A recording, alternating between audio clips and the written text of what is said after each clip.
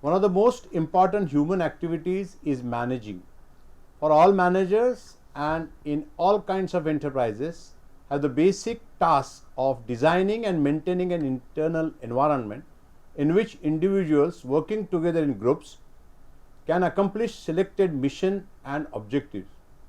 In other words, managers are charged with responsibility of taking actions that will make it possible for individuals to make their best contribution in group objective.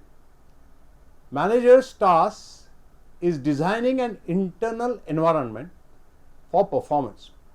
It must never be overlooked that managers must operate in the external environment of an enterprise as well as in the internal environment of various departments within an enterprise.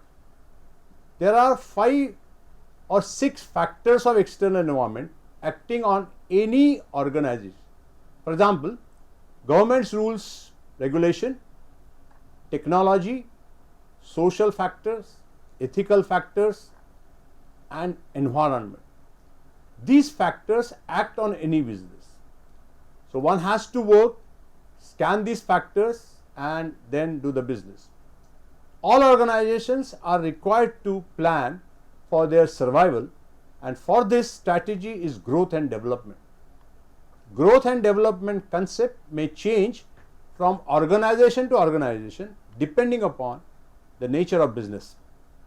For an industrial organization, it is a profit after tax or surplus which they can invest in new project and cater for their survival. For an academic institution, the concept of growth may be different. Over here in academics, profit may not be the objective. Research, new academic programs, IPR, employability of students, international collaboration, etc. can be considered as development. Though I said that profit may not be the motive, but even academic institutions have to cater for surplus for their survival. College principals, head of the departments in the universities, pro-vice chancellors, dean, vice chancellors are all academic leaders having authorities and responsibilities as per their position in the organization. We can call them as an academic authority. What is authority? Authority, the power or right to give orders, make decisions, and enforce obedience. There are 3 types of authority. 1. Charismatic, traditional, legal, or rational, each of which corresponds to a brand of leadership that is operative in contemporary society. Characteristics of authority are legitimacy, dominance, and informal power, rationality, and accountability. What is responsibility? The state or fact of having a duty to deal with something or of having control over someone. We have seen authority earlier.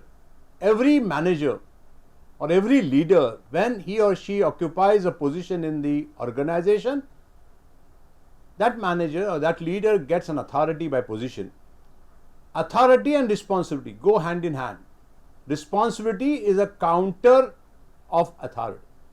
A true leader takes an responsibility for their team and helps them achieve goals.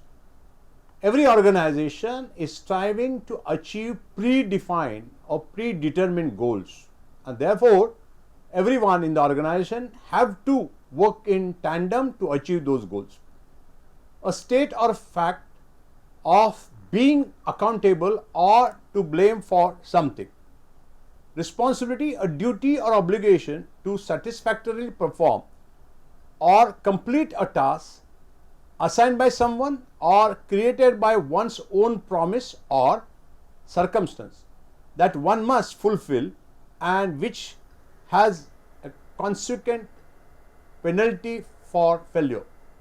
Responsible behavior is made up of 5 essential elements. 1. Honesty. 2. Compassion and respect. 3. Fairness. 4. Accountability. And 5. Courage. Being responsible means we think before we act, think about how our actions affect others, think before we speak, are accountable, taking responsibility for the result of what we do and don't do, fix our mistakes, keep trying, are reliable and always do our job, clean up our own messes. Accountability, the fact or condition of being accountable or responsible. Lack of accountability has corroded public respect for business and political leaders. If you take responsibility in your own actions, you show accountability. Personal accountability is the belief that you are fully responsible for your own actions and consequences. It's choice, a mindset, that an expression of integrity. Creating internal environment conducive enough for performance of people working in it is a challenging for an academic leader. When we say creating an internal environment, I think how a leader treat his subordinate, what kind of interpersonal relationship he develops also matters a lot.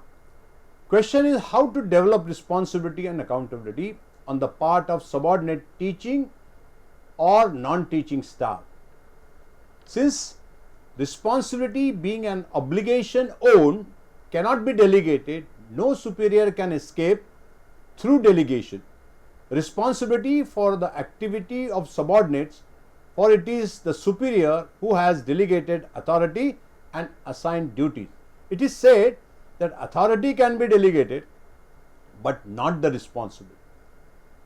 The responsibility of subordinates to their superiors for performance is absolute.